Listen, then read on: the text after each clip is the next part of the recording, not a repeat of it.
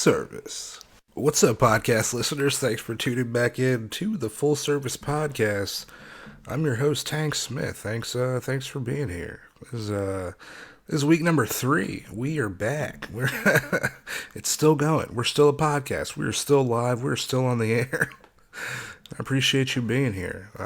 If you checked out the first 2 episodes and you're back for week 3, thank you. I really do appreciate it. And if this is your first time listening, hey, keep coming back. We'll be here every Tuesday. But no, I really do appreciate it. We did expand. I know I keep saying it. We're on a whole bunch of different podcast platforms.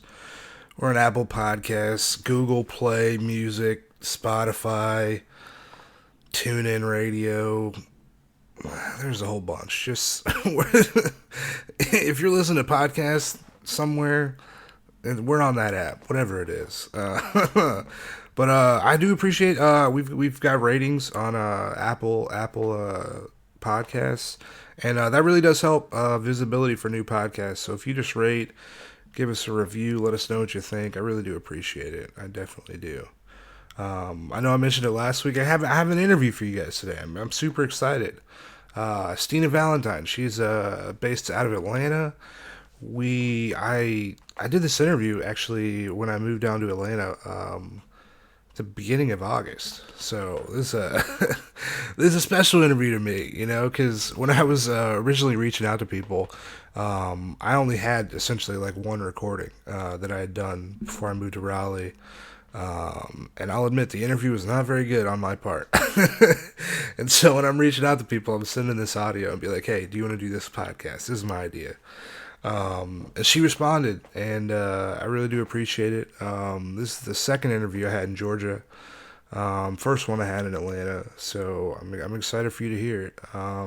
Follow Stina on Twitter and Instagram. Her Twitter is at Stina Valentine, Stina Valentine, and her Instagram is at Stina Valentine ATL. So go give her a follow. I'm excited for you to hear this interview. We talk about a lot of different stuff. It's gonna be good. You know what I'm saying?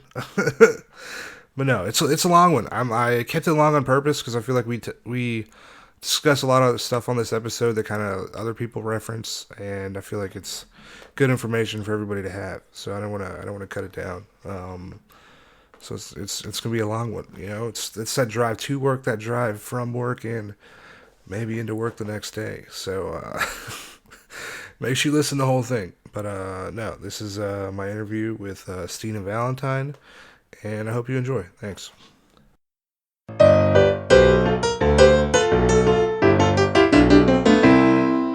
I'm lucky enough, I have Stina here with me today. Thank you for being on the podcast. Thank you for inviting me. Awesome, heck yeah.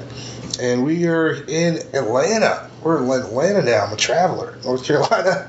Now we're in Atlanta. I just got here. What's something good to do in Atlanta? I gotta explore. I just got back. You gotta go to the breweries and drink beer. Breweries? Yeah, for sure. Get on the Atlanta beer bus. Atlanta beer bus? Yes. Atlanta. And you'll park your car there. They'll take you around to all the different breweries. You get a wristband. Really? They come around every 45 minutes and they'll pick you up, take you to the next one. Atlanta beer bus. Yeah. Where's it start? Like, where's it? I forget. Yeah, it's in town somewhere. Okay, they'll just pick you up, just go to different breweries. And then bring you back to your car, and you can take Lyft or drive home. Sweet. You probably shouldn't drive home, though. Take Lyft, everybody. We advocate no drinking and driving on the Full Service Podcast. Heck yeah, Atlanta beer bus. Have you been to the new Brave Stadium? No, I haven't. I've been near it. Okay. Like, there's this place that's kind of like Dave & Buster's. Okay. But cooler, and it's there by the new Brave Stadium. Cooler than built. Yeah, it's cooler than Dave & Buster's. It's like more grown up. Okay. Yeah, they have like awesome drinks and good food, and they have like bowling and arcade and all different kinds of games. Yeah. I gotta check that out. Yeah, it's really cool. It's a whole brand new neighborhood that they built out there. I feel like because I moved away, I just moved back, and I never got to experience like Atlanta as an adult. So I'm always trying to find like something. Yeah. Atlanta Beer Bus, sponsor of the podcast now. Hey. Send us money. Heck yeah. Well, I appreciate you being on the podcast. What first question? What's your favorite? You got a celebrity crush? You got one?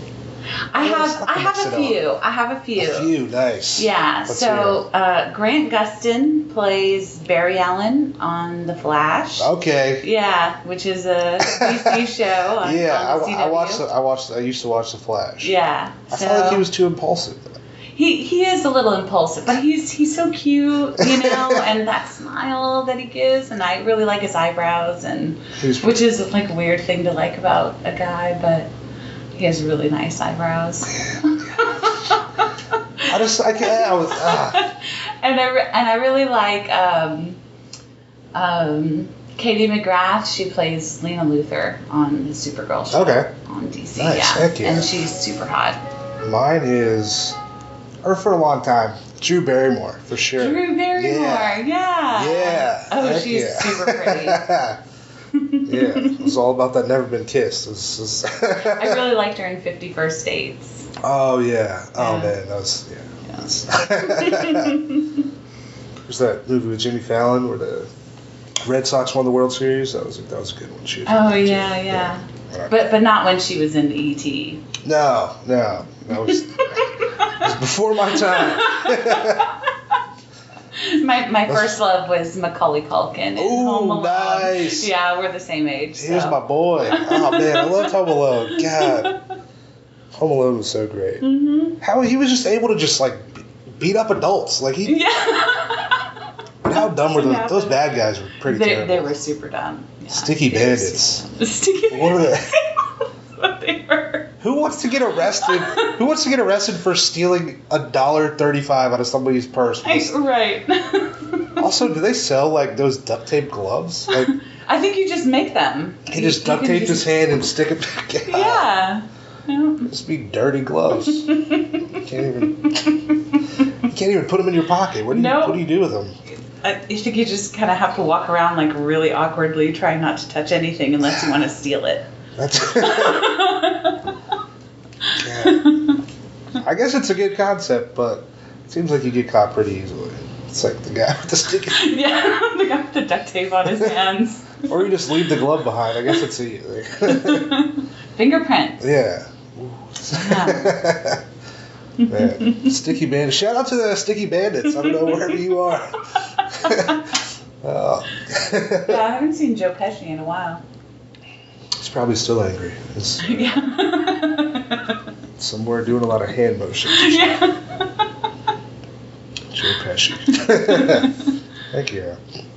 So, Stina, where are you from originally? San Francisco. San Francisco, yeah, nice. Yeah, I grew up there, and I left when I was 18 and moved to Portland, Oregon. Okay. And then came here in 2010. 2010, nice. How do you like what's the best place you think you've lived?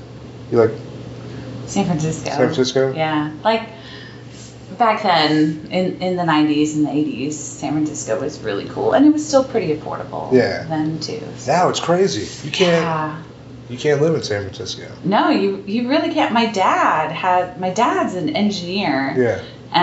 But he also teaches AutoCAD at night. Yeah. School, and he drives Lyft on the weekend. Really? Yeah, and his wife is like an accountant, and she runs like a travel agency, like just for their tiny little 1-bedroom apartment. No. Yeah, between the two of them, they have 5 jobs. Yeah. Jeez, it's in a good location, right? Yeah, I mean, it's near the airport, so it's not like even in the city. Really? Yeah, like. Oh God. Oh. Yeah, I mean, it's a safe area. It's a good area, good food nearby, and things to do, but, it's not like a cool neighborhood. That's incredible. San Francisco, What do you do in San Francisco? I went once. I went probably like 2011, 2012. Just amazed by the hills. Yeah. Those inclines are incredible. Trying to drive a stick on those hills when you're just learning is really tough. I can't. Yeah, shout out to San Francisco. So you're in, I guess you're in Atlanta now. Yeah, I really love it. I really love it here. Like, it gets a little rednecky the further you get out, but, real close to the city is cool, so. I feel like that's how it was, like, kind of, I'm from Raleigh, and I lived in Raleigh for a while, and the same thing, like, Raleigh, Durham, Chapel Hill, it's kind of like, how I guess it's more like more metro. Yeah, it's more metropolitan. You go out and it's super country. But Yeah. it's not bad though. I like it. Yeah, Atlanta's cool. It's really hot. And the bugs are really big down here. See, yeah, the roaches get bigger the farther you go south. Yeah. Those water bug roaches, those ones. I guess I never really saw the water bugs like that in North Carolina, but living here, God. Yeah, every time it rains, like one will come into the house and they scare the crap out of me. Even though they don't bite, but they fly a little bit. I didn't know that until like 5 years ago. The leaping's the scariest part. They'll literally hop across the room. Yeah. I know what a roach is going to do. I know what a spider's going to do. Yeah, they're predictable. When you can't predict what this bug's going to do, it's a whole nother ballgame. Yeah, I think that's what makes it scary. And the fact that they're so big. And it takes such a large magazine or heavy shoe to kill them. You gotta. I mean, you can't do it with just your hand. Like it's, no. You gotta have something. Yeah. Something heavy. Heck yeah. So yeah, what I know. What? How long have you been escorting? How long? I know it's since going into 2014, Valentine's Day, 2014. That was when I posted my first ad. Yeah. That was when you posted your first ad? Yeah. What made you decide to do it, or how'd you like kind of get into it? I was recently divorced and we have kids, and so I wanted to like find friends with benefits where I could just like go out to dinner and then have sex and then come home and have them like not be involved with my kids and stuff. No strings. So I get on Craigslist, right? Because I'd been out of the game for almost a decade. Yeah. And I didn't know where to go for casual sex. Yeah. So I get on Craigslist and casual encounters and post an ad, saying what I'm looking for. I want to go out once or twice a month, go to dinner and have sex and come home. Yeah. And I got a ton of replies. Yeah. And a guy said, hey, I'm looking for a sugar baby. And I didn't really know what that was. Like I thought, oh, he's going to like buy me a gift too or something, And so we went to dinner and dinner went great. He was a nice guy. And he says, oh, you want to come back to my place? I said, yeah. So we have sex and it was great. And then he hands me $200. Yeah. Afterward. And I go, oh, what's this for? And he goes, oh, you're my sugar baby. And I go, oh, okay. Oh, this is how that's that works. What you were talking about. So it wasn't like, it was $200, but to me that was a lot because I was working 2 jobs, single mom. Yeah. And it was $200 was a lot. That's 2 days of pay. You literally just go out to eat with somebody and then have sex. And he was pleasant, like he knew how to eat pussy and everything. So it's like gotta do that. Yeah, win-win. Yeah, I could totally do this. So I saw him for a few months, and then he said his wife was getting privy, so he was like, hey, you should check out the erotic review. Okay, yeah. And maybe start doing that. And I go, oh, okay. So I went and looked at some of the ads and the websites, and I go, oh, this is interesting, and kind of did my research on Tumblr. There's a ton of sex workers on Tumblr that are more than happy to, like post information about screening and how to get started and stuff like that. So did that and posted my first ad like a few months later. And so it was on Valentine's Day, you said? Yeah, Valentine's Day. So did you get hits on Valentine's Day? I did. It's very busy on Valentine's Day every year. I actually went with my roommate this year. I took him to a strip club for the first time on Valentine's Day. Oh, how was it on Valentine's Day? It was sad. It was empty. It was gloomy in there. Oh, was it? It was gloomy in there. Only had like a few really sad guys. Yeah, I saw the maintenance guy from my apartment complex. It's like, oh, what's up, guy who drives a Dodge Ram? Oh. But yeah, it was pretty empty. There was a janitor who got up and he sang for a little bit, so this is good.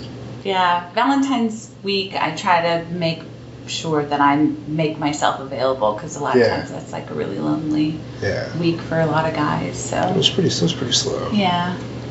Thank you. And so when you started, like, did you know any people that were like doing it before you started? You kind of go into this solo, not really knowing anything at all. I was online friends with a guy who used to be a pimp in Cincinnati. Okay. But not pimp like in the awful sense, more like agency manager.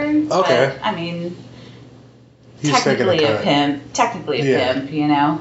But and he kind of told me like a few things, and he actually ran my background checks for me for the first month or so for free because he's my friend and he's a nice guy, and he's not like the predatory kind of pimp, you know. Like I hate to call him that, but that's technically what he was. Yeah.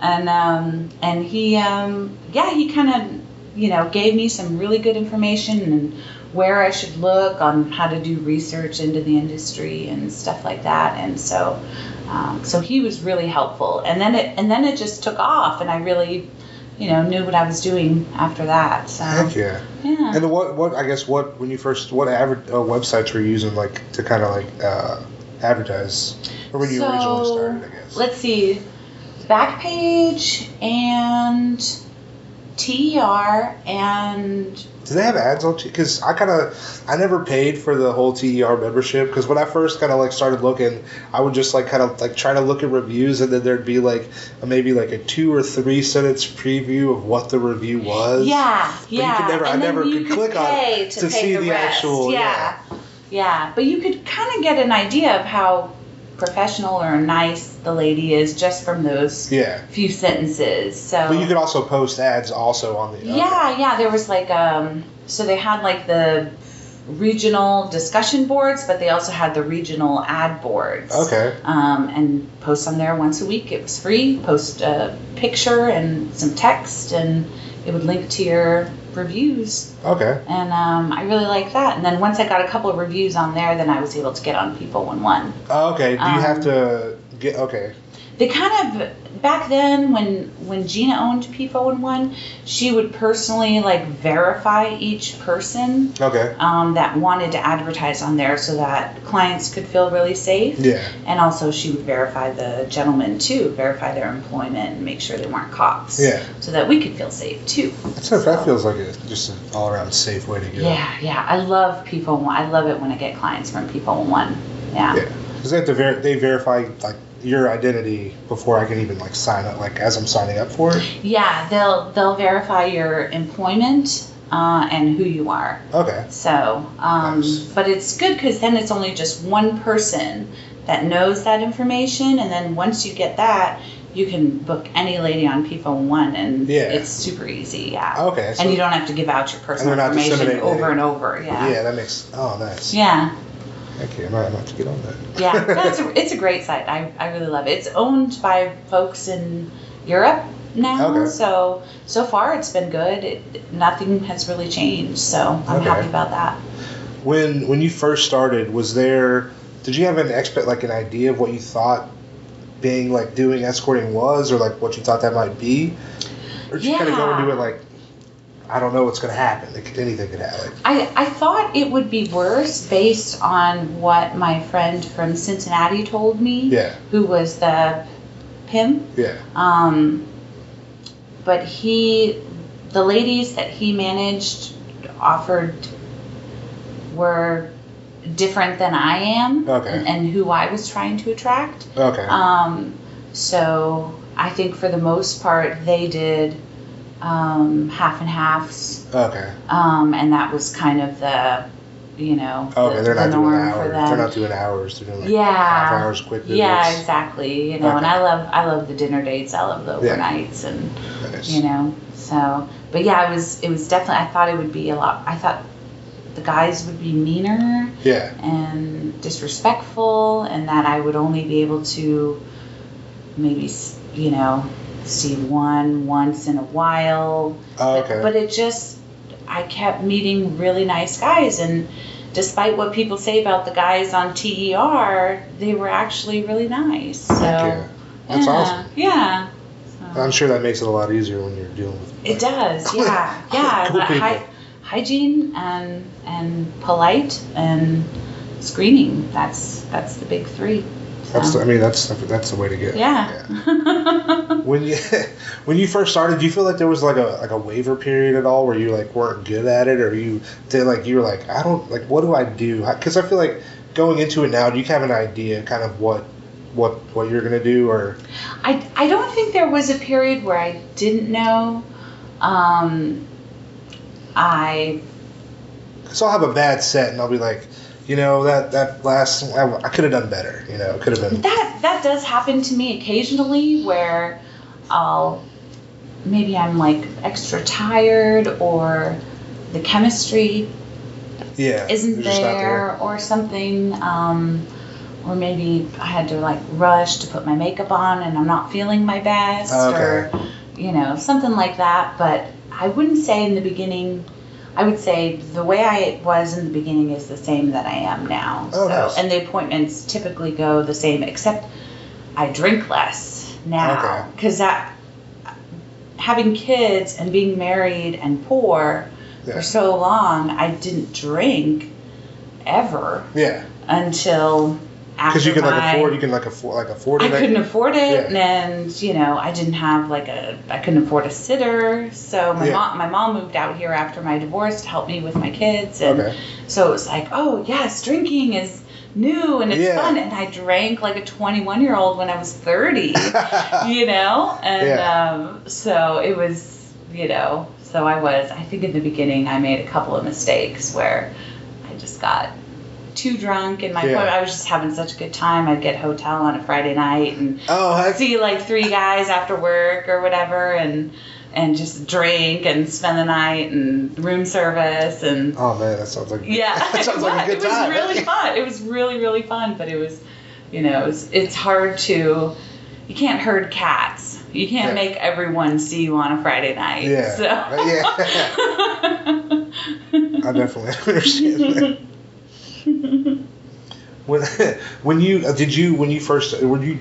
tell anybody at all when you first started, or? I told just my closest friends. Okay. And then eventually my mom started getting suspicious because I had a second job, so I was a security guard in the daytime. Okay. And I was doing janitorial work at night. Yeah. And she started to get suspicious of what I was doing at night. Okay. And when like a financial crisis hit us, my mom was like super, super worried, and I was like, Mom, don't worry. And I went into the safe in my old bedroom, and I pulled out $1,000, and I was like, Mom, it's okay, we got the money. She's like, where did you get this? Are you selling drugs? And I was like, no, Mom, that's what they always say. I'm not selling drugs. I'm dating a guy for money, and he's older and married, and that's why he's paying me. And how'd she react? She was shocked at first.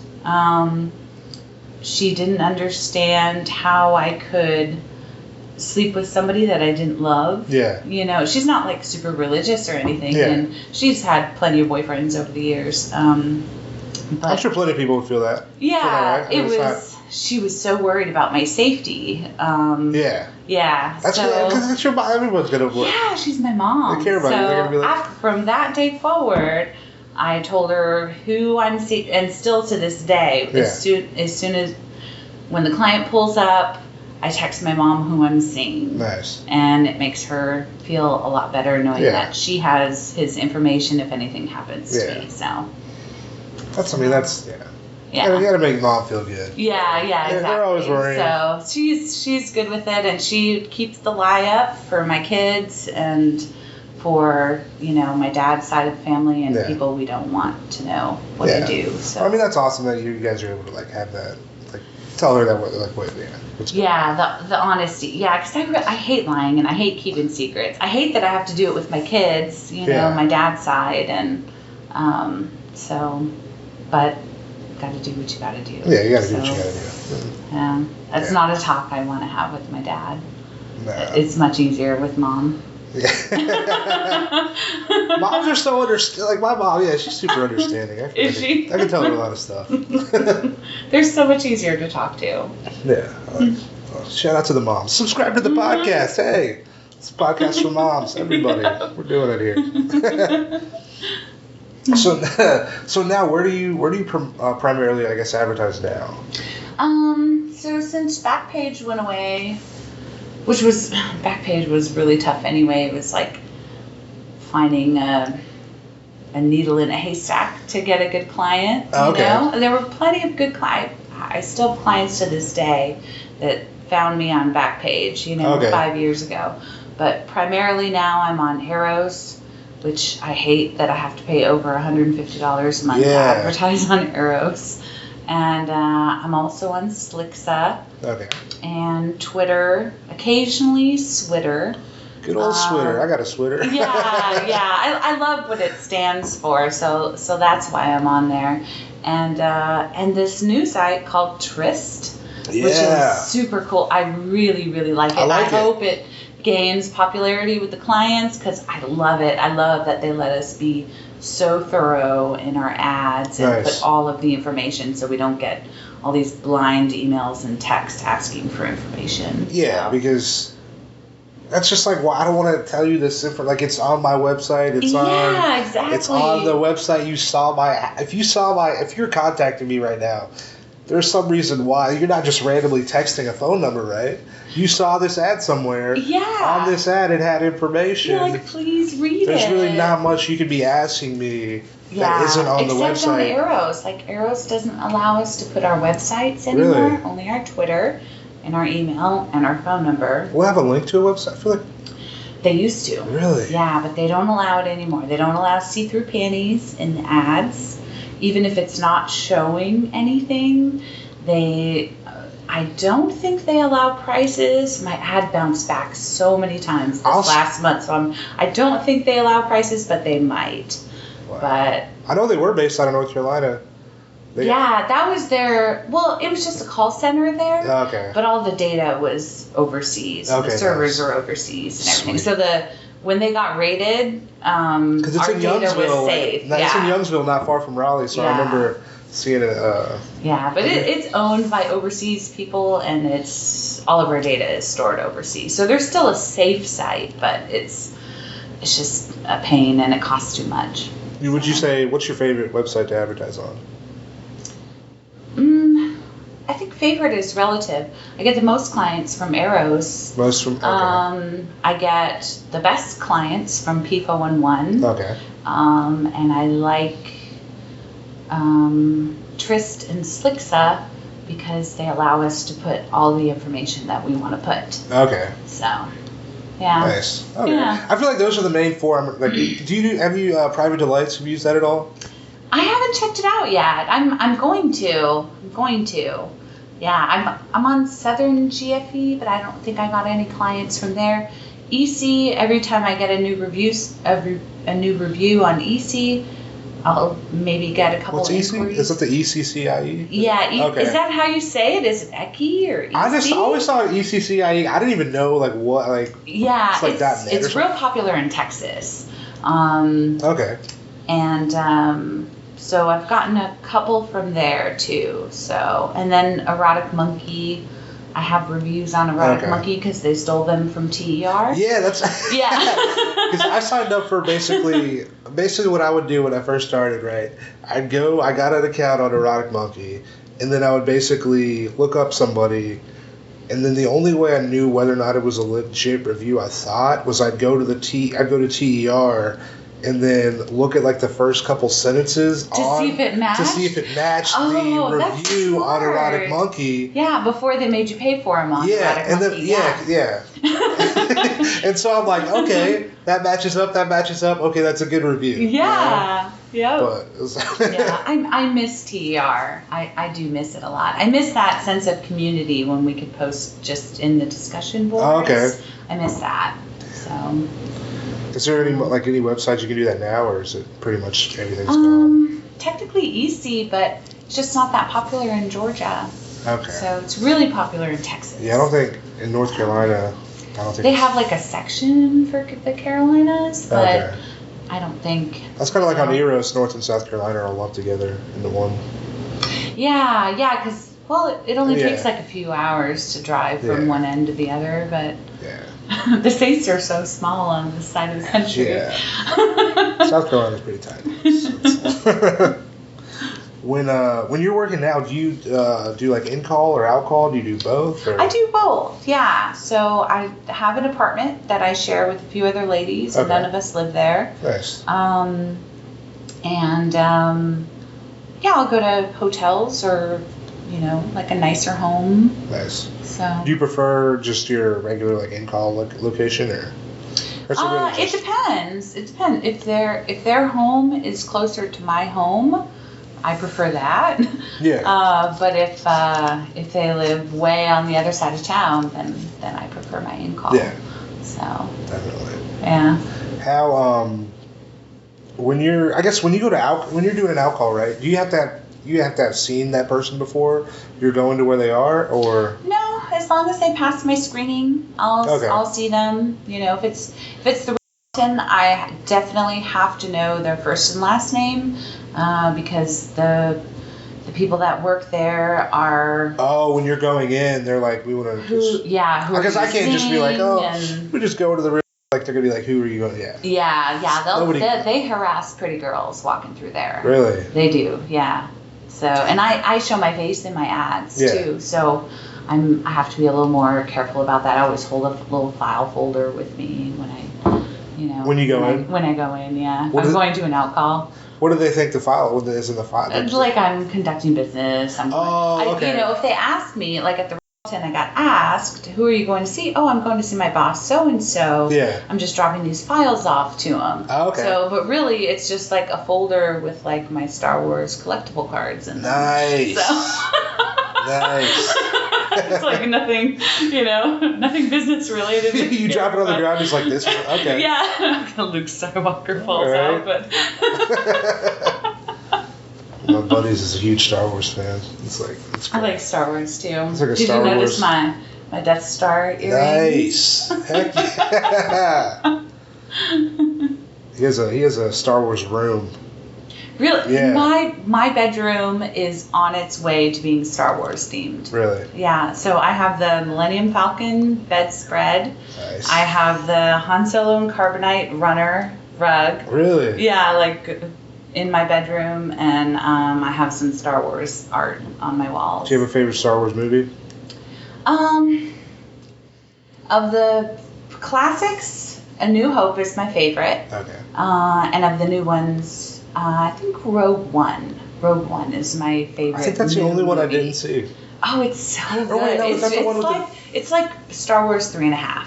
Okay. Is what it is. So with the fighter pilot and they're doing something? They're trying to get the Death Star plans to the Rebel Alliance. So Jin's father designed the Death Star with a flaw in it purposely, because they forced him to work for the Galactic Empire. That's genius. And then they got So then Jin and her people upload the Death Star plans to the Rebel Alliance so that Luke Skywalker can go in to the exhaust port and blow up the seems Death like a Star. pretty important movie. It's super important. Yeah, it's 3.5. Like that's what I call. I don't know if anybody else calls it that, but it's Star Wars 3.5. So. My buddy's into the Darth Bane books. He reads a lot of Star Wars books. I don't know. There's a lot out there. There's so much. There's so much. Yeah, I haven't even gotten into all of it. So. When I know you said the clients you see, they're pretty. I mean, they're good. Like you like all the clients. They're good. Yeah, they're really. the screening the screening is what. That. How do you screen people? I would say that. I can't say it publicly, my exact methods, in case law enforcement ever decides to listen to this. Hey, what up, law?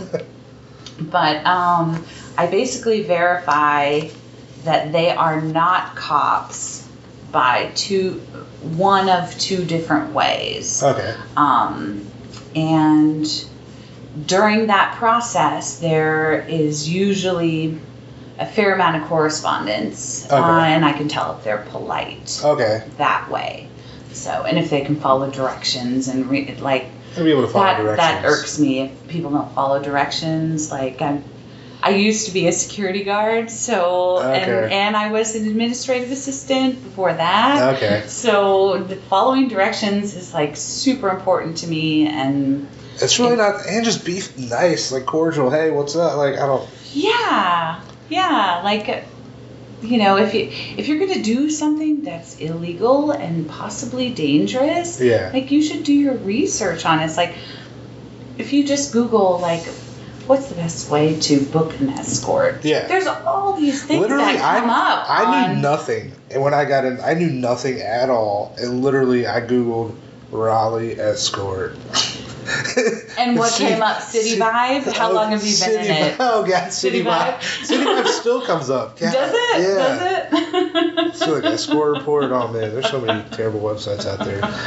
It used to be magazines back in the day. Yeah. And the Yellow Pages. Like, I used to work for the Yellow Pages. Like, this was years and years ago. And there was an escort section in the Yellow Pages. I've heard of that. I've never seen it, but I definitely have heard of people. Like, do they still have it in Vegas? Will they have like escort ads, like in like actual like paper for? I don't. I know that I just saw. What was it? There's this little newspaper that we get here in Atlanta called. God, I can't remember the name of it. But on the back page of it, there is like a list of escort agencies, and I saw that as soon as like 4 years ago. Yeah, I was still in my old job, and we used to get all the newspapers and have to deliver them. But I remember seeing it on the back page. It was like escort agencies listed on the back of this little newspaper. Yeah, that's pretty cool. Yeah, that's sweet. But I don't know who does it anymore. But yeah, it used to be in magazines in the old days and the Yellow Pages. So old school. Mm-hmm. Mm-hmm. So one time I saw this girl, right, and she said her screening process. She says, in order for me to know you're not a cop, send me a picture of yourself holding up like 3 fingers and your tongue out. That's not a thing, right? No. A policeman could totally still do that. That's what I thought. I literally did that. And she's like, okay, I know you're not a cop. And I was like, okay. No. A policeman could totally do that. Yeah, and a policeman could even send you a picture of his driver's license. Yeah. So. Oh, really? Yeah. Yeah. Yeah, if they're that deep in it, if they work for the Vice Squad, they are hell bent on busting gangbangers, drug people, and prostitutes. Yeah. They still have to say something like explicit though, don't they, in text messages? Because like when I'm hitting, I'm just like, I want to schedule an appointment, like, or they're not. You can't. So you're at less risk. In Atlanta, women can get a citation for escorting without a license. If they can't bust you on something explicitly sexual or money, like if you never talk about sex, if you never talk about money, they can still write you a citation for escorting without a license. Really? I looked into this escorting license that's in Atlanta. It's on the APD website, and it's to register an agency, but it's a PDF document that you download, you fill out, and you mail it into them or something. I think it's just a ploy to get information of who the agency owner is and the ladies or the gentlemen that work for them. Yeah. That's ridiculous. Yeah, it's crazy. Yeah, so I never pursued that. But when I first got into it, I was like, I want to be as legit as possible, as safe as possible. Like, how do I do this? Can I just be like a real escort? Yeah. Or am I a prostitute? Like, what am I doing? How do I be legit? So, but it's... Do you see a difference between, like, because, I mean, I feel like, do you feel like there's a difference between prostitute and escort? Or does that mean anything different to you? Not really. We're all full service sex workers. Yeah. And prostitute's kind of a slur. I think it comes from the French, like to have sex with indiscriminately. Okay. But we all discriminate. If you're not polite, if you don't have good hygiene, if you don't screen, I won't have sex with you. Yeah. So it's simple. Yeah, it's simple. So prostitute's a little bit of a slur, and I hate that they use that, word But yeah, we're all full service sex workers. That's what we are. So. Yeah, I like escort. That's what I say. Yeah, escort's it's a polite way to say it too. Yeah. So yeah. What so in the screening process, right? I know like a lot of people they'll use referrals from other people. Do you still like kind of follow your same? Do you accept referrals from other people or? I do. So that's one of the two ways. Yeah, either I verify their identity or I take referrals. Do you feel like referrals have been positive for them? Like they've worked out for the most part? Yeah, for the most part. And most of us are not super detailed on what we reveal. We'll just say, yes, he was a gentleman and I would see him again. Oh, because it could be somebody else reaching out, like it could be a cop. It could be a cop, like, hey, can I get a referral for you to admit that? Or it could be the guy, or maybe she's a gossip. Yeah. Or, so I don't want to say too much. With my close girlfriends, I'll say, oh, you're definitely going to want to ask him to shower when he gets there. Okay, that makes sense. Kind of thing. But nothing too, or if it's one of my close friends, I'll say, oh, he was so fun and I had such a great time with him and you're going to have a great time and I hope you get to see him. How often does hygiene, how often do you have to tell people I know you said like, oh, this guy might want to take a shower. Have you ever been like, hey, you should take a shower? And they're like, no, I'm good. And you're like, well, you should do. They're like, I'm good. Like, it's only happened once, and that's what made me think of that. There would be a guy who he was really popular with the ladies.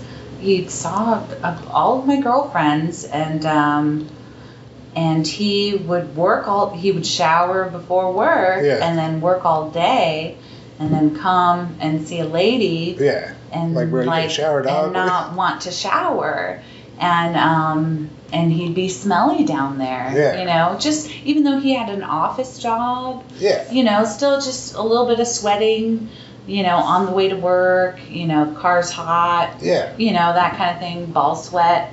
It happens. It happens. So it's just better to even just a little quick rinse off, with a little soap down there. And, do it.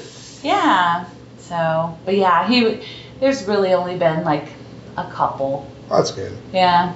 So people out there, take showers. Yes, shower. Pro hygiene on the full service. Either shower at home, go straight to see your lady, or shower when you get there if you got to work all day. Fuck yeah, for sure. Mm-hmm. So like STDs are a thing, They happen to some people. That was terrible.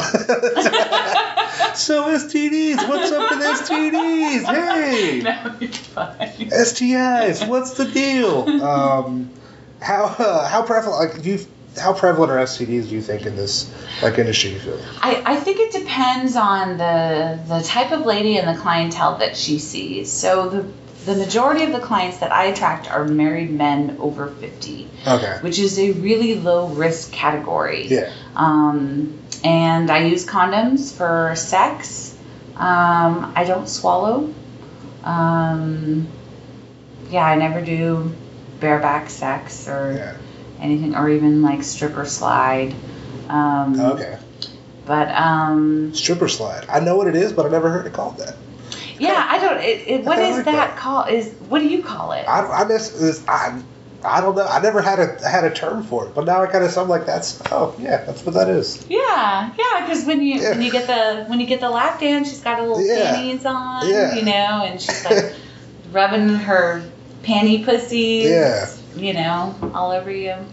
But yeah, so it's I get tested pretty regularly, like every 3-4 months or so, just for good measure. Yeah. But I don't actually have condom accidents that frequently. Like I did in the first year because I got married really young and didn't use condoms for a long time, and so getting into escorting, it was like, okay, now I really have to learn how to use condoms, and so if the pussy is dry, the condom will break. Yeah. If the dick is wet, it will slip off. Okay. So that's kind of the trick. So I always use lube, even though I'm usually wet enough. Yeah. I always use lube no matter what. Yeah, and if I go from a blowjob to covered sex, I dry off the dick. That's a good.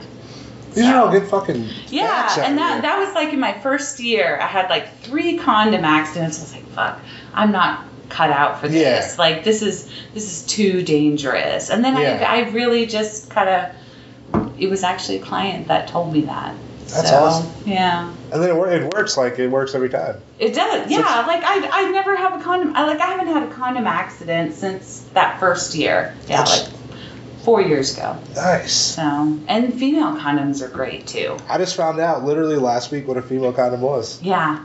Yeah. I use those typically with my older married clients because they haven't used a condom since the 80s. Yeah. So condoms have a tendency to make them go soft, So. Nice. Yeah. So the female condoms work great for that. If you listen to the podcast, I interviewed Magic. I got a female condom. It's great. I don't know if this will come out before then, but I got a female condom. They look a little funny. They kind of look like a parachute coming out of your pussy. But the cool thing is, like, I went on Pornhub to try to find like a female condom video. There's not really many at all. It's crazy. You can't really find many videos where there's female condoms. Yeah, and I didn't know how to use them. I had a client suggest them to me. He really liked them because he had a hard time staying hard with a male condom, and he was like, hey, are you comfortable with female condoms? I said, I don't even know what that is. Can you help me?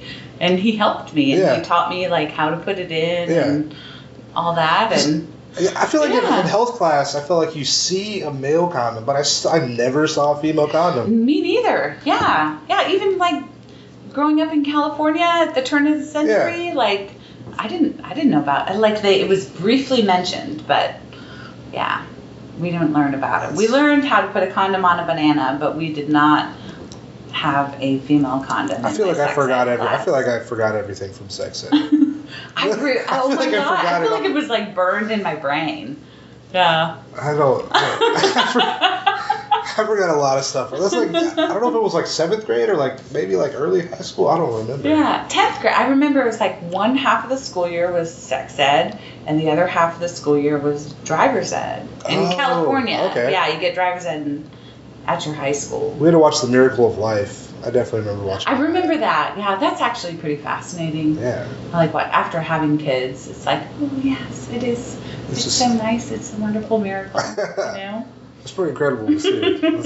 At the time, it was traumatizing. But I'm like, now I'm like, this is kind of cool, but still not for me right now.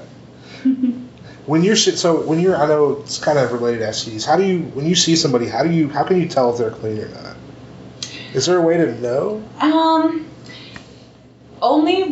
No, actually, because the only visible STIs are HSV, herpes simplex virus, and HPV, human papillomavirus. Yeah. So herpes and warts.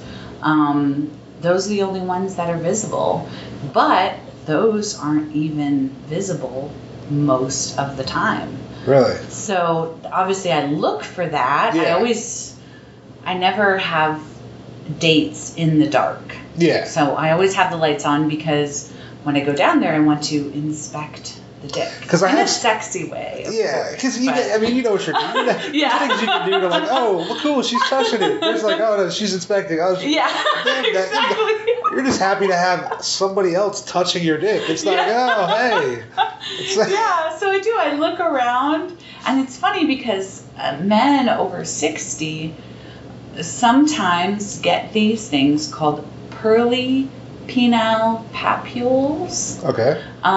Which they look almost like warts, but it's just an old man thing. Okay. So that kind of scared me. Like that first year, I was like, that was the only client I ever had to kick out, and I feel so bad about it to this day because he told me, he was like, no, it's PPP. It's not, I don't have HPV. PPP, all whatever. right. I don't want to catch your PPP. Yeah. And I kicked him out. I gave him his money back, but I kicked him out. And then I looked it up later, and I was like, oh, man.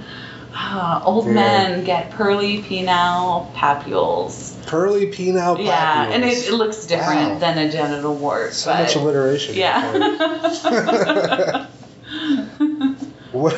Who's your, like, I guess, who's that? I know you said it's mainly, like, married men over 50. Is that your main, like, kind of like average clientele? Yeah, I would say that's my average clientele. So every once in a while I get, like, I did an out call to University of Georgia dormitories. Nice. Nice. But that was my youngest client. I think he was 21 or 22. I can't remember. I saw him over the course of a couple years, so 21 and 22. That's dope. And That's awesome. my oldest client was 82. Nice. Yeah. So I'd just be asking old people about history and stuff. I just want to find out about the past. Do you ever just be like, what was it like back then? Sometimes I do, but I try not to make them feel old. Yeah.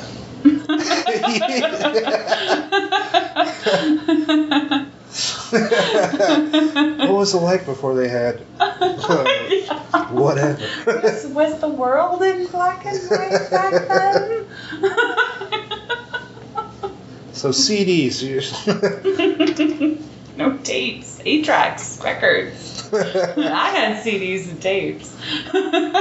How old are you? I'm 29. Oh, you're 29. Yeah. Okay, yeah. I'm 35, so I got a few years on you. It's not too bad.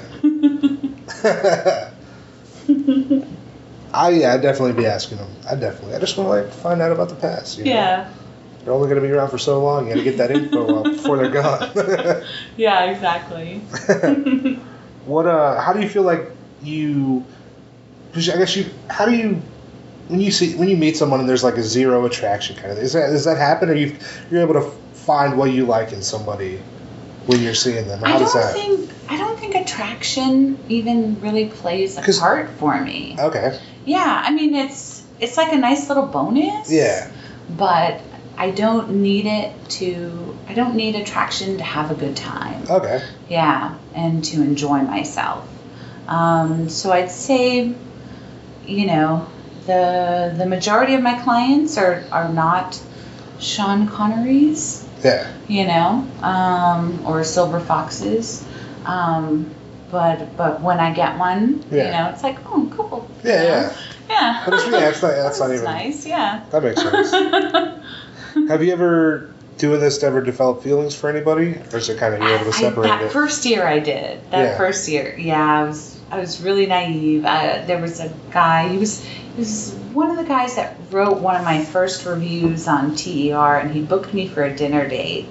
And I had such a good time with him. He was a single dad too. Yeah. And he was only like 10 years older than me or something. And he was handsome. He was really good in bed. Nice. And we went to dinner. We had such a good time. And then he saw me like a couple weeks later. Like we saw each other a few times and became friends. And he actually like did some like handyman stuff at my house. So I was like, yeah, I'm required to paint my house. If you can come and paint my house, then, my HOA was telling me to paint the house. Those HOA motherfuckers. Yeah, fuck them. And if you can come help me paint my house, we'll have several dinner dates, and I'll pay you back that way. And so he came and did that.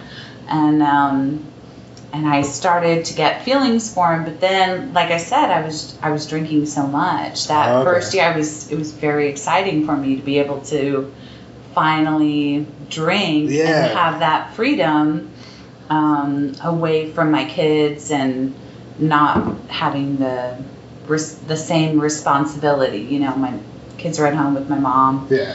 And I got sick, on one of our dates. Like I drank too much. Oh, okay. Yeah, and I think it really turned him off, and so then he didn't book me again. I was like, shit. hey, I'd like to make it up to you. And that was the last email that I wrote him. Hey, I'd like to make it up to you. I'm really sorry about that. He was done? Yeah, I never heard back from him. He used me as a reference a couple of times, so I gave him the reference, and, but I didn't want to interfere in his life or anything like that. But I felt a little sad. Yeah. But it was my fault. I messed up, so. Yeah. But I'm happy now, so. Yeah. It doesn't matter. Everything happens for a reason. Yeah, exactly. That's all we can tell ourselves now. Yeah, but he was super nice and handsome, and we just had such a good time. And I think I was so not used to being treated. My ex-husband was a horrible person. So meeting all of these really nice, polite guys that wanted to give me money and take me to dinner and give me wine and give me chocolates, and it was like, oh, this is what life is about. Hell yeah. Yes. You're like, this is amazing. And you eat pussy. So. You gotta do that. That's awesome. Yeah. So, but then eventually, I was like, wow, this drinking's getting out of hand. Yeah. So, laid back. Sometimes you gotta do that. Yeah. How, in, I guess, doing this, how is that being in a relationship or trying to date out there? Does escorting affect that at all? It did, yeah. So I put it on my Tinder profile and my Match profile. Because was everybody swiping? Everybody was like, yes. Did you find like people liked it or people were against it? Like when you... I'm not really... With Tinder, you can't really tell because they don't match with you unless you also swipe right. So I was very particular about who I swiped right on or who I contacted on Match. But some people wanted to know a little bit more about it. Tinder only gives you so many characters. So I think I said, security guard by day, call girl. Okay. Night. Oh, nice. That's a good. Yeah. That's a great bio. God, my Tinder bio is terrible. Jesus. So some guys were just curious, like, hey, call girl, what does that mean? Does it mean what I think it means? Oh, okay, yeah, I'm sorry, I'm not okay with that. Okay. And that would happen sometimes.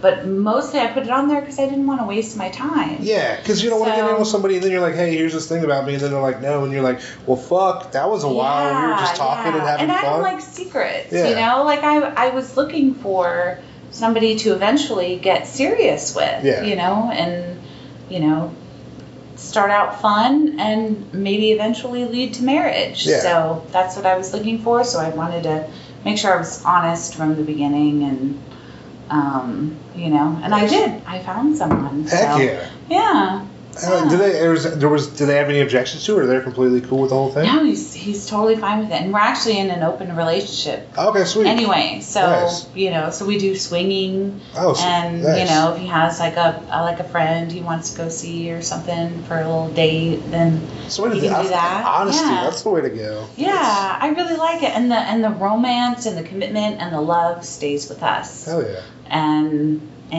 it's sex with other people, which isn't really a big deal. It's almost like two separate things. And you're all completely on the same page. You can. Yeah, that's awesome. Yeah. Heck yeah. I know we mentioned it earlier, kind of like reviews. We kind of talked about it. How do you feel about review websites? For me personally, I liked them. Okay. My reputation on TR was excellent. Nice. I was in the top 30 in Atlanta. Really? Oh, yeah. So I feel like that attracted better clientele and more clientele. And my clients always wrote, it was written like a play-by-play, but there was always like that, oh, she's so sweet, she's so friendly, treat her right, nice, kind of stuff. So I never felt like disrespected when somebody wrote a review about me, but I know for some ladies, review culture can be really toxic. I've seen fucking reviews. I'm like, dude, what the fuck? It was like 2 minutes of this, then 2 minutes of this, then 2 minutes of this. And I'm like, how are you fucking enjoying yourself if you're timing how long she's sucking your dick? Yeah, that was really weird. And I found that a lot with TER guys, but I didn't. How are you enjoying yourself if you're literally analyzing everything that's happening as you're not even in the moment? You're like, she forgot my hot towel at the end after I came. Yeah. It's a little Jesus. weird. That was one thing. Really? The one negative thing that was written in my 50 reviews that I had on there was she forgot my hot towel after I came. So, but it didn't bother me because I had a good reputation. It's something so small. So yeah, but it was silly. Write the pot if you're listening right now. Write us. Do you prefer a hot towel or do you prefer not a hot towel? Me, I prefer a hot towel.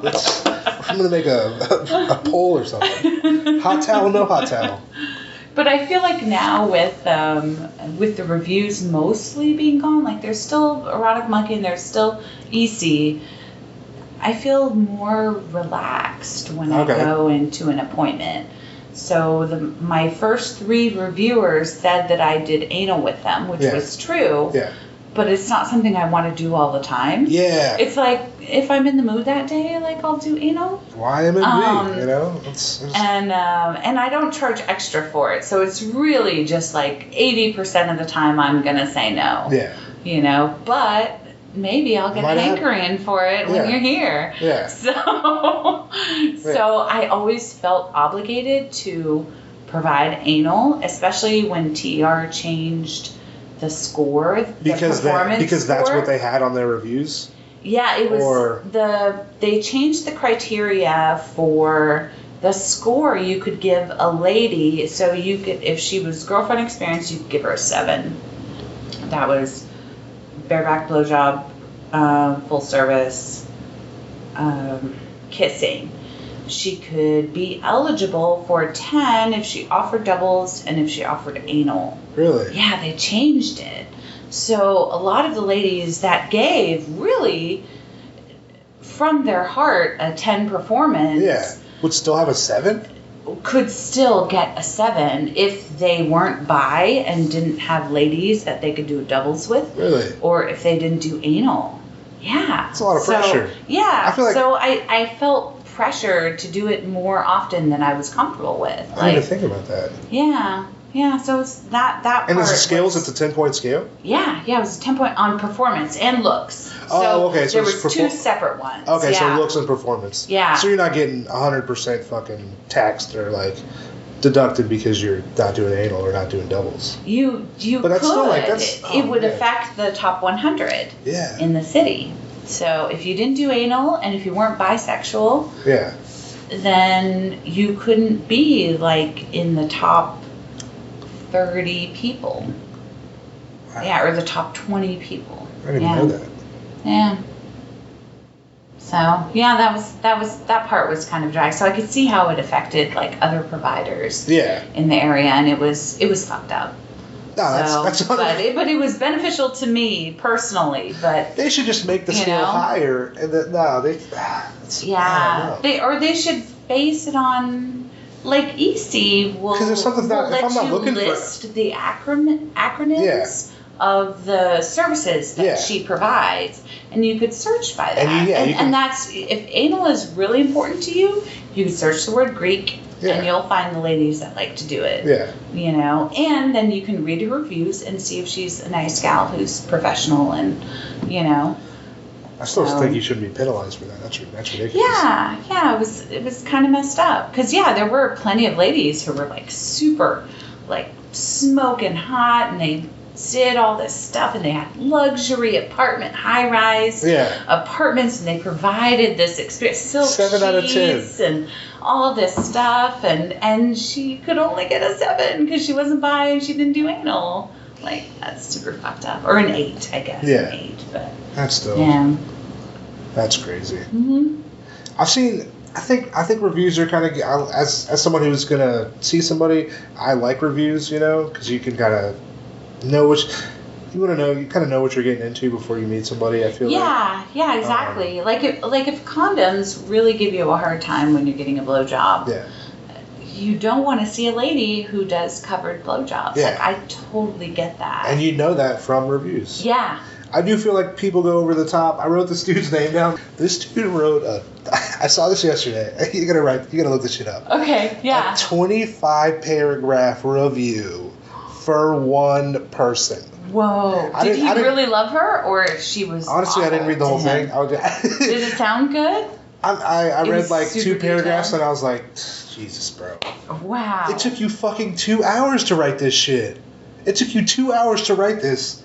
Wow, dude. And he's like, I got it. In the end, I think he got a hand job or something. I'm like, you're spending. Oh my God. I'm like, dog, you just spent 2 hours writing.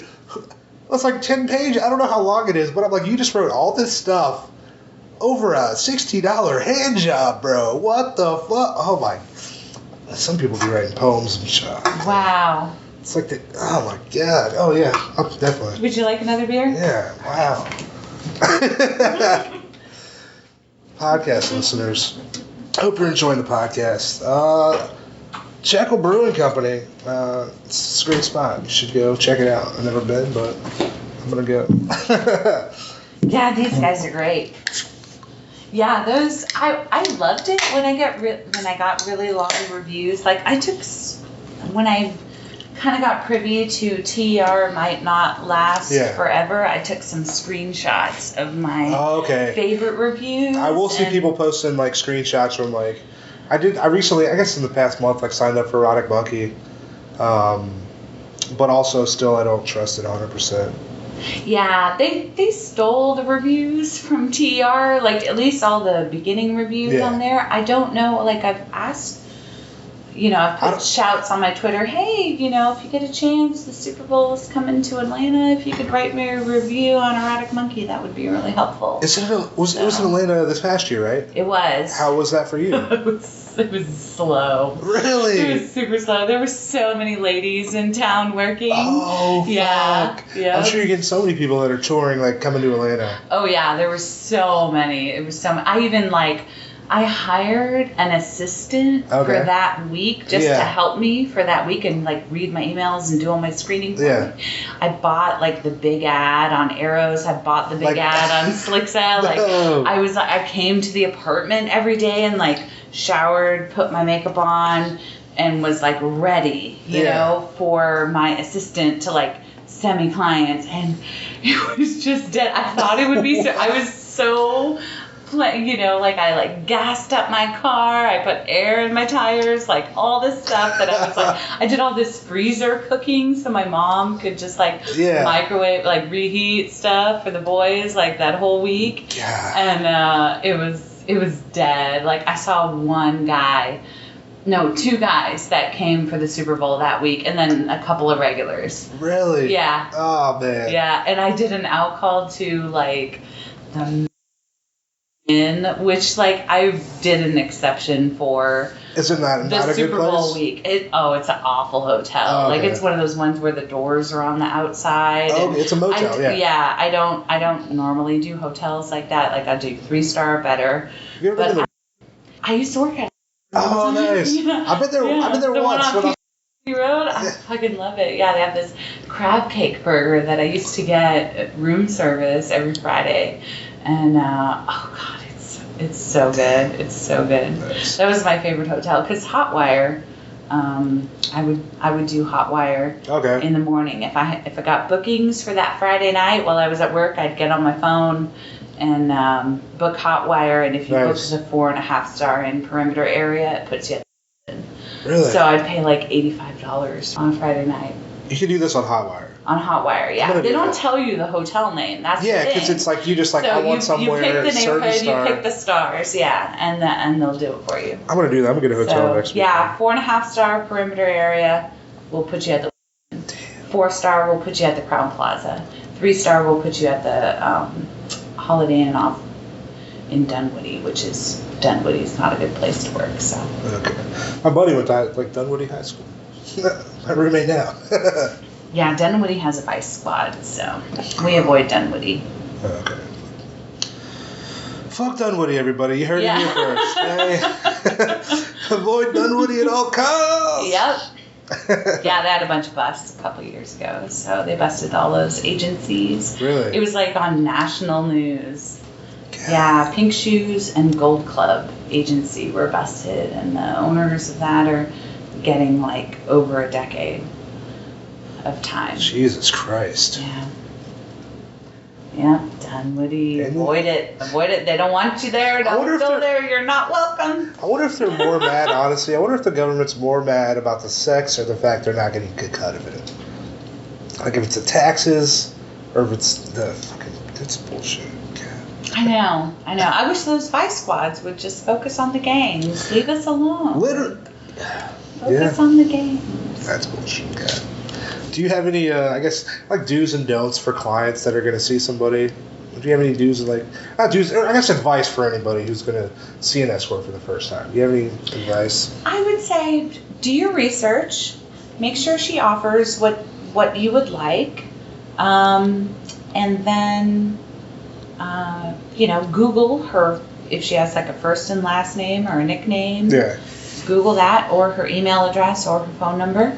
See what you can find out about her. Get all the information on her before you even contact her. And see what she requires for screening. Yeah. And then make contact, have a time and date in mind. And then when you show up, don't load her in her parking lot.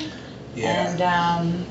And be polite and freshly showered or ask to use the shower. Yeah. And put the envelope down as soon as you come in. Yeah. And yeah, don't I never have envelopes. Boundaries. I feel like I just never have envelopes. Yeah, I use the word envelope on my website just because I don't want to use the word money. Yeah. I was gonna place to donate. Yeah, but I don't really care if there's an envelope. Yeah, if you just put the cash down on the nightstand, I don't care. So.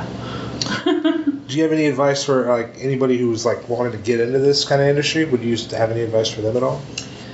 I would say have the ability to compartmentalize your life.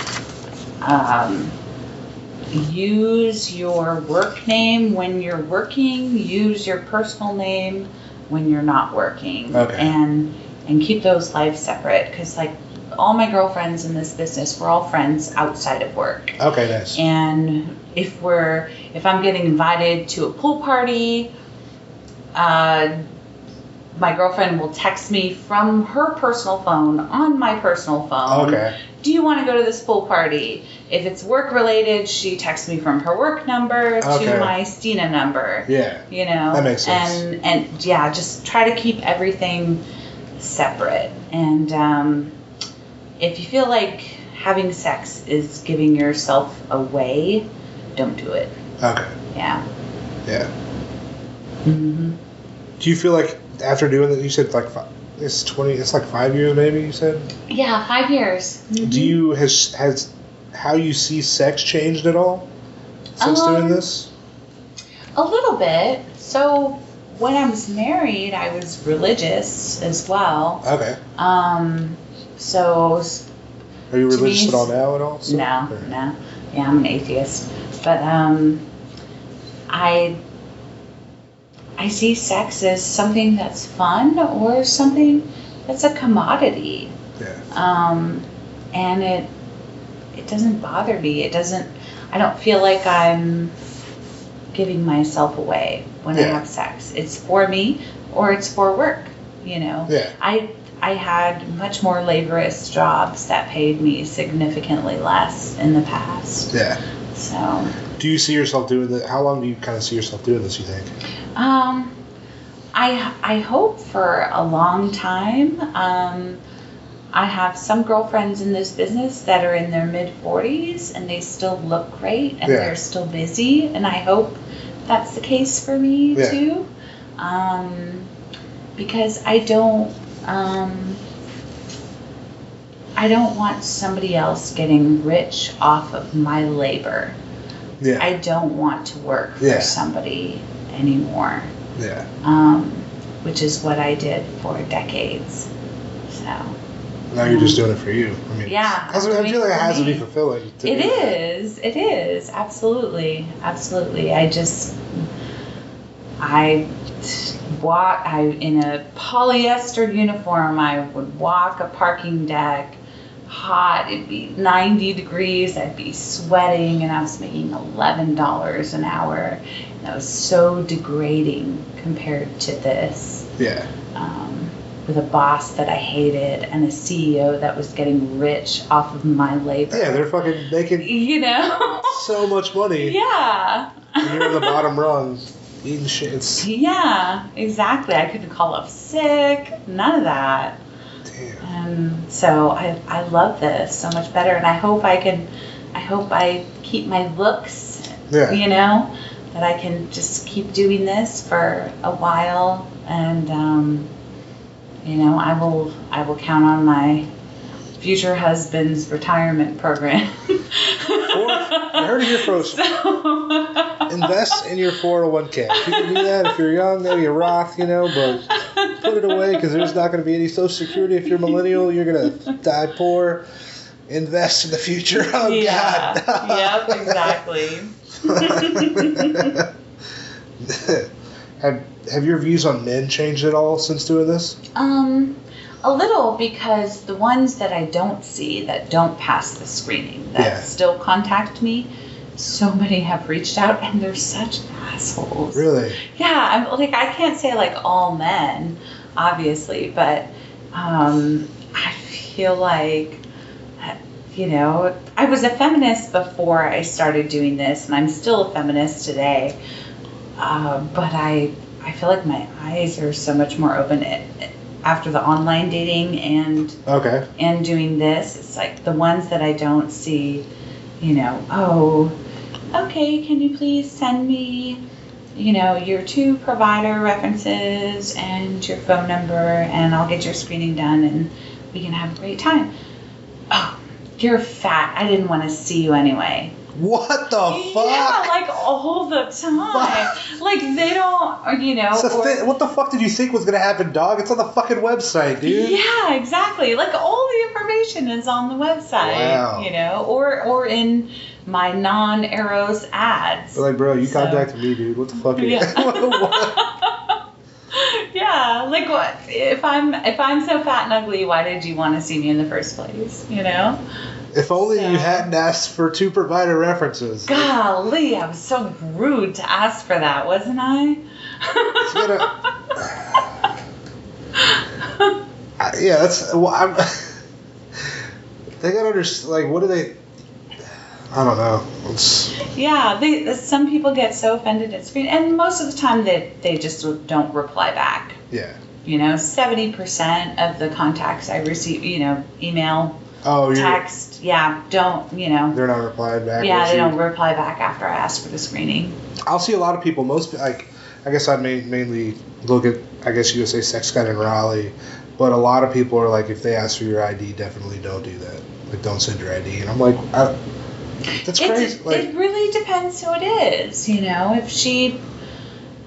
I'd say, yeah, if this person, I feel like it has, because, I'm going to look up usually who I'm going to see, and if this person has good reviews, then I really feel like I shouldn't have any kind of objection to sending them information, because it's making them feel at ease. Why would I want to go into a situation with somebody and they're fucking super uncomfortable about you being because they don't know you and they don't trust, why would you want to have that experience, Yeah, exactly. And if you hobby enough, you get a couple of references. And most of the time, a lot of ladies will accept references. Your name, your age, your phone number, your email address, and 2 references. Do you feel comfortable giving somebody a reference after seeing them one time, or do you have to see them? Oh, yeah. I wouldn't. On TER, I had a policy where I wouldn't whitelist any client until I'd seen them twice. What's a whitelist? Whitelist was... It's almost like the equivalent of giving it an okay on P411. So TR, people who had a username on there and wrote reviews, they could request or you could give them a whitelist, and it was yes, I've seen this guy, he's cool. Okay. He was a nice guy. Okay, I would sweet. see him again. I would do it after 2 visits on Okay. TR, but PFO 1 requires that you give the okay after 1 time of seeing someone. So, yeah, it's basically like a reference. It's like giving a reference. Okay, nice. So, yeah. Oh, that's a good idea. So I would accept those too, but I would always contact the lady. Yeah. You know, like, hey, I saw you gave a wait list, or I saw you gave an okay. Yeah. You know, because you still so you would see who gave them that whitelist status. Yes. Okay. Yeah. So it's not like they're whitelist and you don't know who gave them this. Right. So Yeah. It would be like a legit, lady that saw them with so many reviews. So, because you have to make sure that the lady's legit too. It can't just be like the client making a second email address and giving the whitelist or providing the reference. Okay. You have to Google the lady's email address. Because people are gonna do some shady shit. Oh yeah, I got that a couple times. Especially in the beginning. They don't do it now because they know I've been around for 5 years. Yeah. In that first year, I got a lot of bullshit. So. And I feel like now you're able to just see the bullshit out like immediately almost. Almost, yeah. Almost like, okay, immediately. This is bullshit. Yeah, this is not going to work out. So, hey baby, texts at 2 a.m. never work out. I mean, obviously, I guess maybe it still works. It still might work for some people. And maybe it does. It's to keep doing it. It depends. It depends. You have to see the type of lady that you're seeing. If she does minimal screening and stays up all night with clients, then maybe she won't.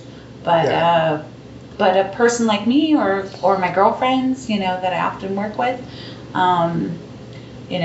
most of the time we need like a 24-hour notice. Yeah.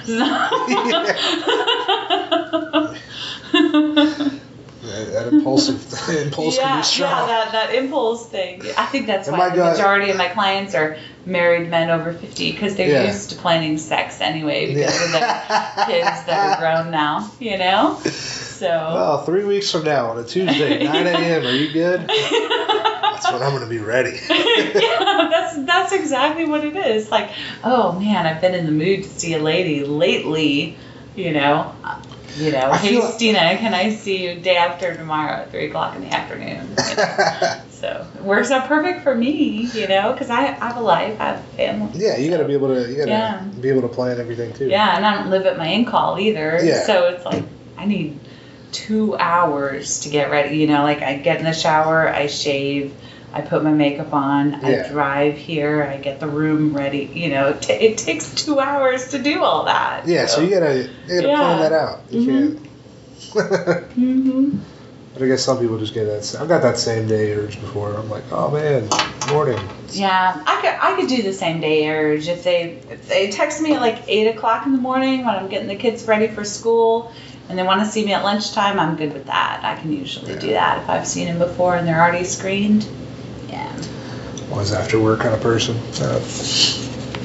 What I know I kind of mentioned it. The Sesta Fosta laws that I guess got passed. Yeah. I guess was it 2018? Yeah, 2018. Yeah. So yeah, how did that affect the industry? I guess what were they? Yeah. So SESTA and FOSTA basically made it significantly more difficult to advertise online. What they were trying to do was cut down on sex trafficking. Yeah. And by doing that, they shut down a lot of the sites that escorts would use to advertise. Okay. So, you can say what you want on the internet. Yeah. Wherever. But you can't say that you're selling sex anymore. It's just like your freedom of speech essentially is taken. Yeah, freedom of speech, it just got shrunk by a little bit. Like, you can't say that you want to kill the president, and you can't say that you want to sell sex. Those are the only two things. That's it. That's the only Yeah, or commit terrorism, or, there's like a few other, like, you can say those things, but you might end up in jail. Because that's when Backpage went down, and then pretty much all the escort websites went like overseas. Yeah, a lot of them did. So TR is owned by an American, and that's why the reviews are gone off off that site, and that's why you have to use a VPN to access it. Yeah. Because escorting is legal in other countries. Okay. Eros is owned by Europeans. Slixa is owned by Europeans. Tris is owned by European or Australians. EC, it's a fine line. They've gone off and online since Esta and Fosta. I think they've talked to their lawyers a lot. But basically, if you're an American, you cannot try to advertise selling sex, and the website owners became responsible for what their users post. Oh, really? Yeah. So that's why Tumblr. That's why they shut down all their adult shit. Oh my god, yeah. They shut that down hard. Sucked. That's where I got a lot of my porn, but cheers to that. Tumblr was good back in the day. And the cam girls, they would advertise their stuff on there too. I love the cam girls. But I'm a fan.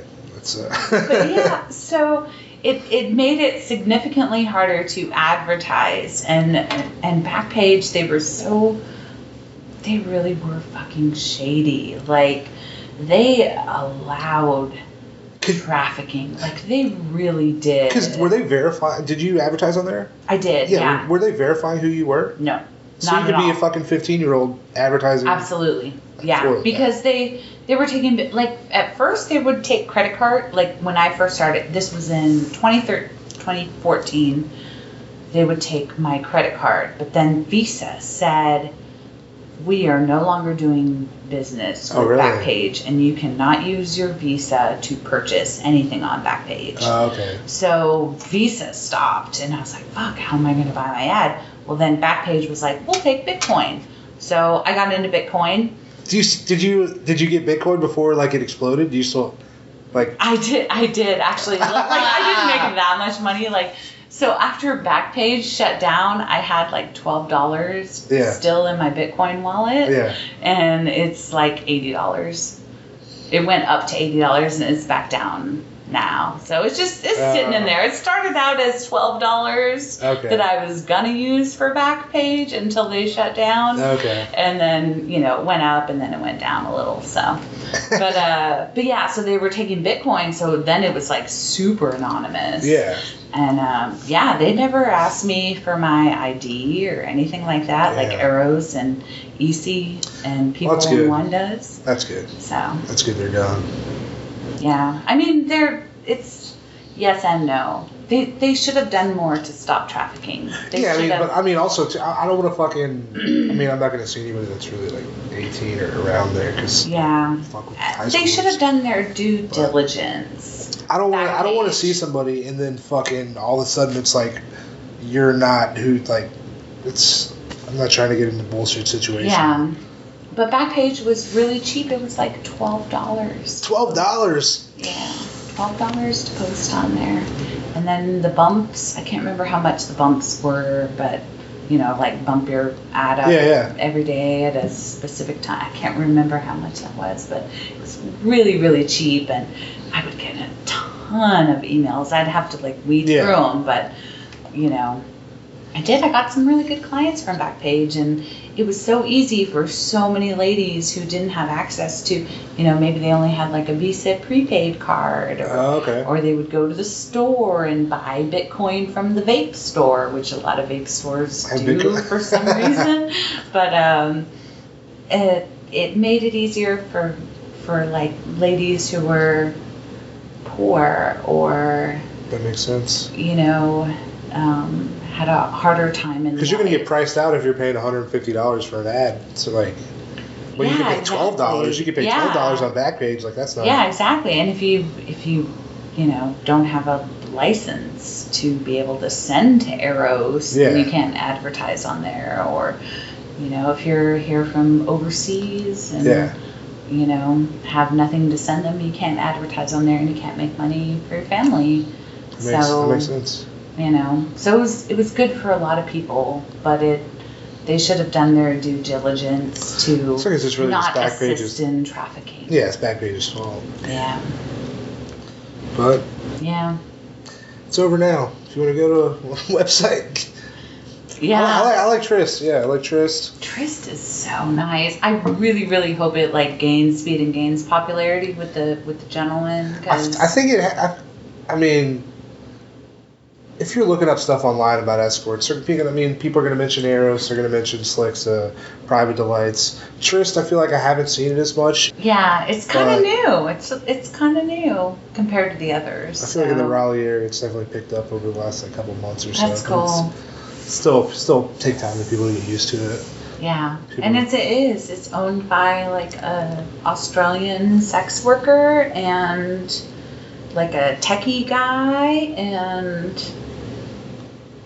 somebody else who's knowledgeable with the business. So yeah, so I feel like they're kind of, like they even like put up like a little. Slixa is great about this too. They'll put up like a little announcement. Hey, Joey the player in New York City, who has been raping and robbing victims for decades, this is his new information. Like, oh, that's so good to know. Fuck yeah, they're looking out. Thank you. Yeah. So, yeah. Nice. I know I always like to ask at the end of the interview, like, if you think anything like funny or interesting like that's happened. Oh, that was at the end of the funny. Everything is interesting. Most of my funny stories involve accidental farts. Nice. I'm not gonna lie. Nice.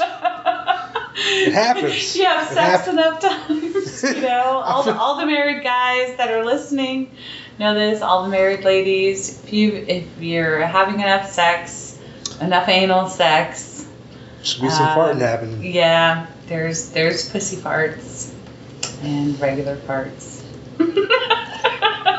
Hey, if you like farts out there, listen subscribe to the podcast. Full Service Pod. Hey, Instagram and Twitter. I'm also really clumsy too, so like I frequently like fall off the bed or bump my head or. Gotta be careful out there. Something, And I saw this tweet the other day about what would you do if a song comes on, a lady is sucking your dick, and she suddenly uses your dick as a microphone. Have you seen that? That's funny though. I did that like 3 days ago. Nice. And it was hilarious. It was with one of my regulars. I knew he would like find it hilarious, and we did that, and it was super duper funny. It was Fat Bottom Girls. Love some Queen. That's great.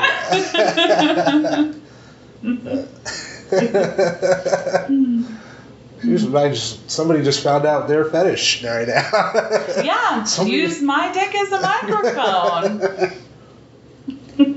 That's pretty funny.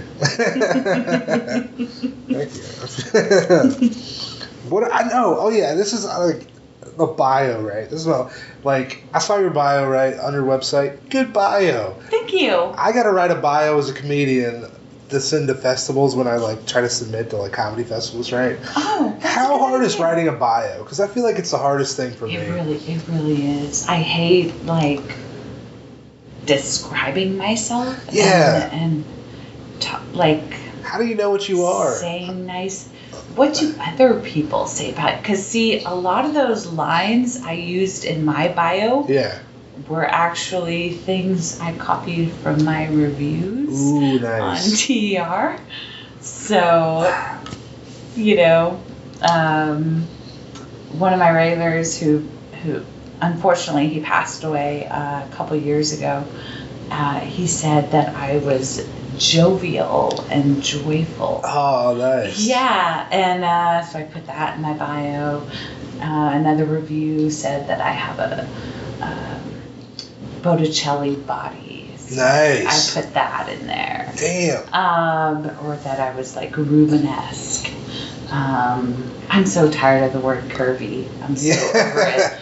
Or BBW or something like that. Yeah, I feel like that's so over it. The category of BBW is like it's so big. It's like what is that? What is that? Yeah, and it's used so much. It's used in our advertising. Like I love plus size clothing. I like to, shop at plus size stores, and they use the word curvy, and it's so overused that I'm like, why don't you use buxom? Why don't you use Rubenesque? Yeah. Why don't you use, this word?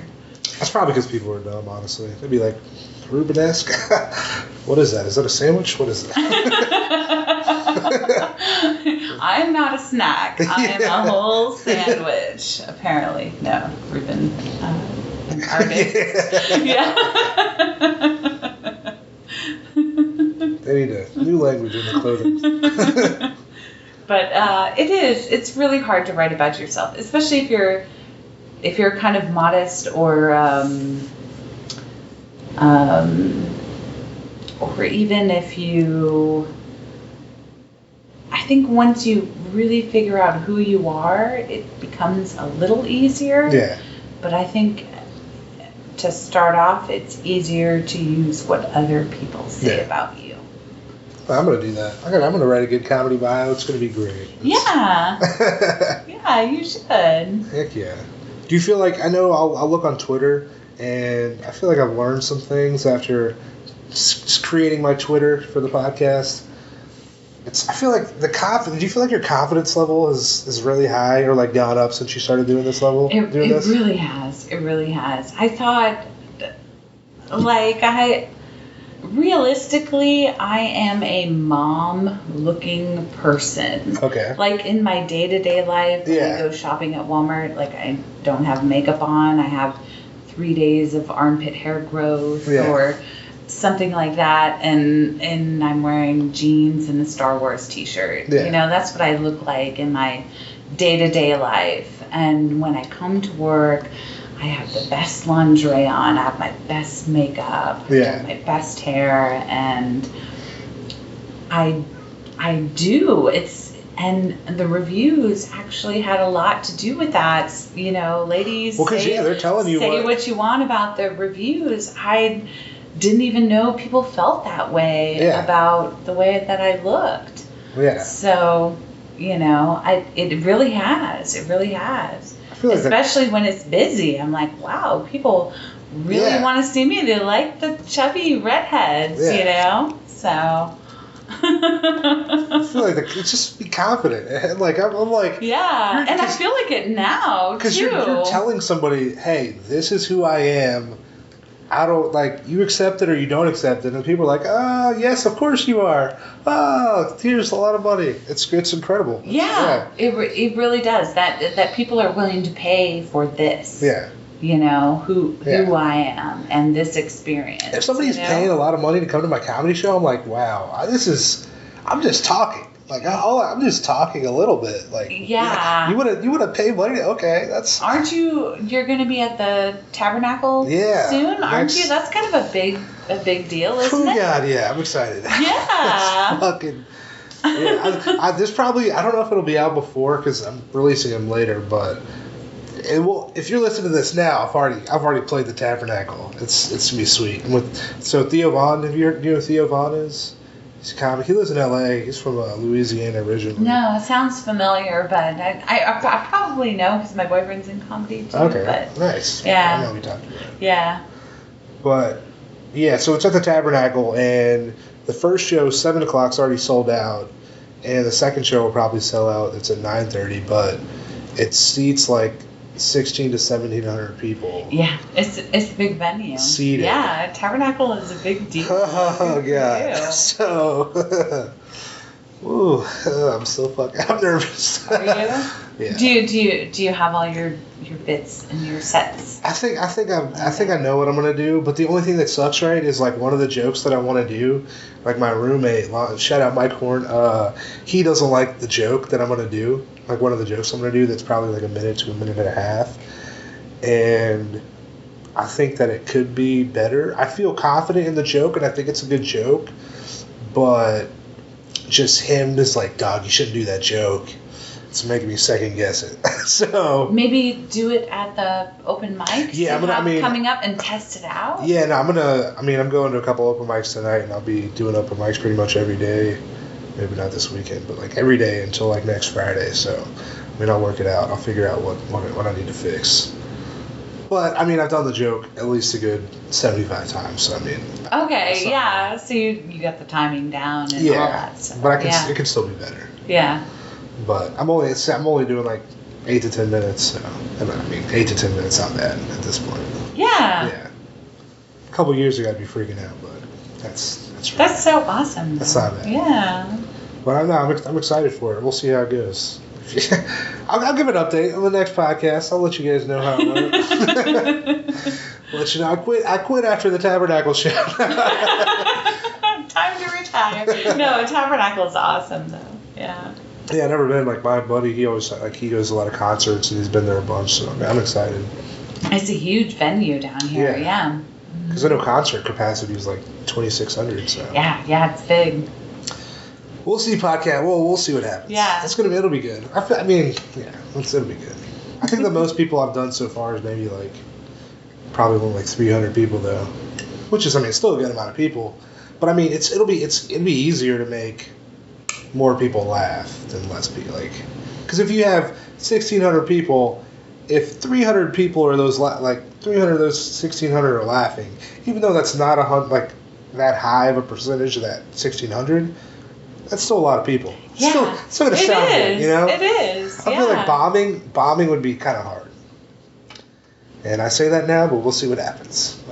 It'll be good. You probably won't. People that are going to comedy shows want to laugh. Yeah, they're ready for it. Yeah. So that'll be good. I'm excited. It's not like open mics where like you're interfering on their bar time on a Tuesday night or something. Like if they pay to like go to the Tabernacle and watch comedy, they want to laugh. I was at a place last night where a Vietnam veteran almost fought the comic on stage after he said that he was going to die soon, and then he got upset, and then this old lady had to hold him back, and it was a whole thing. Oh, wow. Oh, my God. Open mics, hey. But they can be rough. Yeah. But there's some good places in Atlanta, so. I'm looking forward to seeing what's out there. But I appreciate you for coming on the podcast. Thank you for having me. Thank you so much. I appreciate that. Yeah. I like to, honestly, talk about myself, which is. I like to do it too. Let's. We all like.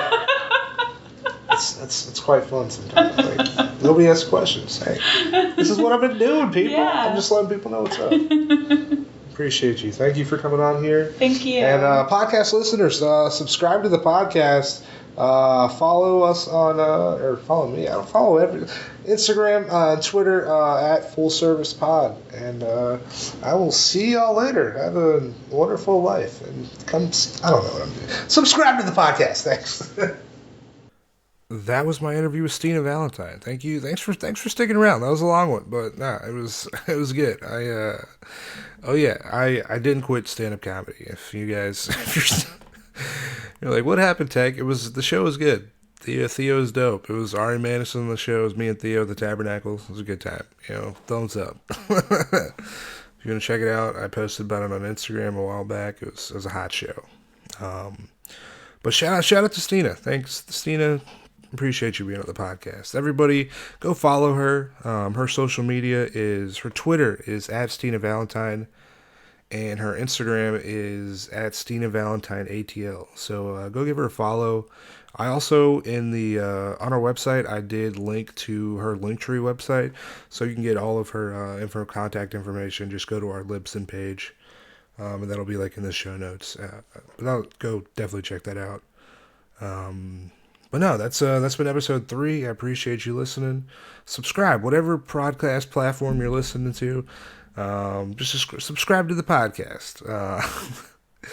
If you're on Apple Podcasts, if you could just leave us a rating, 5 stars. Hey, write a review and subscribe. That really does help with visibility. I want as many people to be able to listen to this podcast as possible. So if you could do that, that really helps us out a lot. I do appreciate it. We will be back on Tuesday with a new episode. It's gonna be magic. This is the first episode I actually did when I moved to Georgia. Go down to take a trip south to Warner Robins near Macon. So I'm excited about this interview. I'll be in North Carolina actually doing some stand up the next couple days. It's the Penis Vagina North Carolina tour 2019. You guys should all come see a show. I'll be in Charlotte tomorrow, the 16th, at Old Pineville Premium Pub. That show starts at 8 o'clock. On the 17th, Thursday, I will be at Dirty Bull Brewing Company in Durham. That show starts at 8. And the 18th, I will be at the Paramount Theater in Burlington, North Carolina. That show starts at 9. I'll put links to tickets in that. It's gonna be a hot one. It's gonna be a good one. But no, I do thank you for sticking around. Fun fact about this episode: I normally I record with a Blue Yeti microphone, and I'll also record my cell phone as well, just in case something fucks up. And something fucked up. I don't know what happened. Something fucked up with the recording. It did not work. So that was my cell phone that you guys were listening to. So hey, it sounds better than I thought it would. But no, thanks for checking out the podcast. We will be back on Tuesday. And oh yeah, one more thing before I go. What are you doing, Tank? You just keep fucking talking. We got shit we got to do. Hey, tell your friends about the podcast. Tell your friends. Tell the goddamn postman, post lady. They're dropping off mail. Be like, hey, you fucking with podcasts? Hey, full service. Check it out. And also shout out to on Twitter, Clarcy Patron. They're on Twitter for like a week. Oh man, it was great stuff. They're gone now, but if you don't know what I'm talking about, don't worry about it. But people who know what I'm talking about, shout out, respect. But no, thanks for fucking. I gotta go. I'll see y'all later. Peace.